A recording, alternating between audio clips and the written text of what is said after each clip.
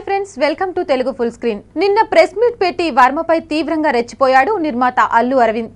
అందులో ఆయన మాట్లాడుతూ వర్మను నీచుడు నికృష్టుడు అనేశారు. అల్లు అరవింద్ ప్రెస్ మీట్ కు వర్మ వివరణ ఇచ్చాడు. అల్లు అరవింద్ గారి కామెంట్స్ కి నా సమాధానం అంటూ వర్మ స్పందించాడు. ఇండస్ట్రీకి ద్రోహం చేస్తున్నానంటూ అరవింద్ చేసిన ఆరోపణలను వర్మ తిప్పికొట్టారు.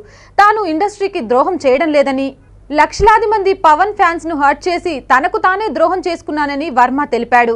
కలామ తల్లి పాలు తాగి రొమ్ము గుద్దాడని అరవింద్ చేసిన వ్యాఖ్యలపై వర్మ సీరియస్ అయ్యాడు. ఇండస్ట్రీ మీరా లేక పవన్ కళ్యాణా?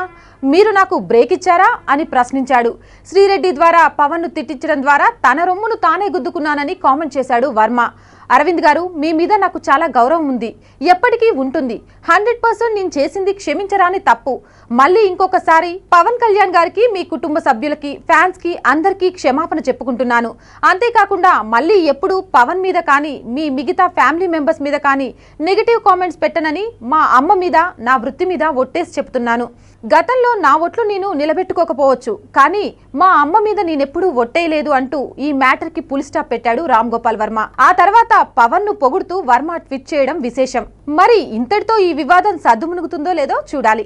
ఇలాంటి ఇంట్రెస్టింగ్ ఫిల్మీ అప్డేట్స్ కోసం తెలుగు ఫుల్ స్క్రీన్ ని సబ్స్క్రైబ్ చేసుకోవడం మర్చిపోకండి. మా వీడియో నచ్చితే లైక్ చేయండి, షేర్ చేయండి, మీ అభిప్రాయాన్ని కామెంట్ చేయండి.